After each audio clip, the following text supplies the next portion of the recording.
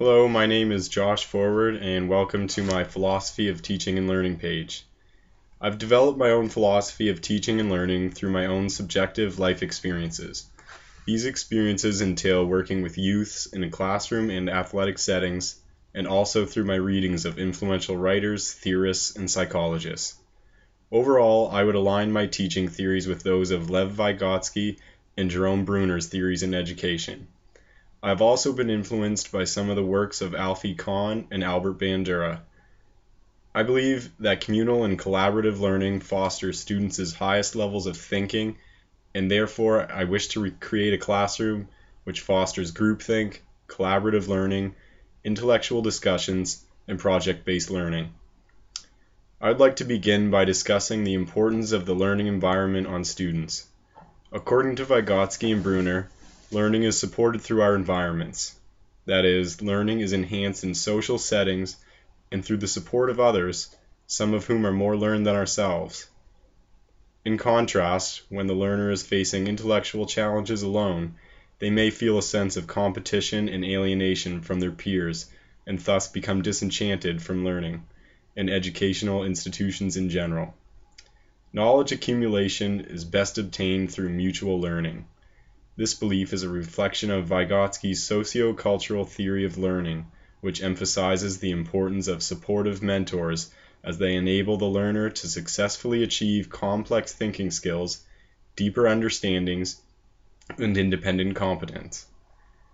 After reading Vygotsky's ideas, it has become my vision to become the teacher who guides students through the learning process through the use of two-way discussions, rather than the teacher who feeds students information through a one-way dialogue.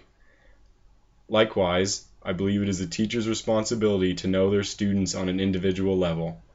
By gaining an understanding of how students think and what they already know, teachers are more readily able to build off of students' interests and previous knowledge. Bruner describes the learner's mind as a tabula rasa, a blank slate. Knowledge put into the mind is taken as cumulative, with later knowledge building upon priorly existing knowledge. Teachers who follow this order of thinking are concerned with understanding what students think and how they have arrived at this consensus. This is another teaching philosophy which I align myself with. I believe teachers need to encourage students to evaluate the process of their learning instead of always focusing on the end result. In my view, students should understand how they arrived at a certain thought. I believe that if students understand their own cognitive processes and reasoning, they will develop a deeper understanding of themselves and how they arrive at certain ideas and opinions. When it comes to motivation, Albert Bandura, Alfie Kohn, and Vygotsky have each influenced my philosophy of teaching. Bandura's idea of self-efficacy, which states that you think what you can achieve it, is of fundamental value in the classroom. Specifically, Bandura writes, self-efficacy beliefs contribute to motivation in several ways. They determine the goals people set for themselves, how much effort they expend, how long they persevere in the face of difficulties, and the resilience to failures. Vygotsky coins the term scaffolding as the process of providing students with building blocks to reinforce the message that students can complete the task assigned to them. That being said, I believe that if students are completing tasks with their zone of proximal development, they will become intrinsically motivated and not rely on extrinsic rewards for motivation to complete tasks.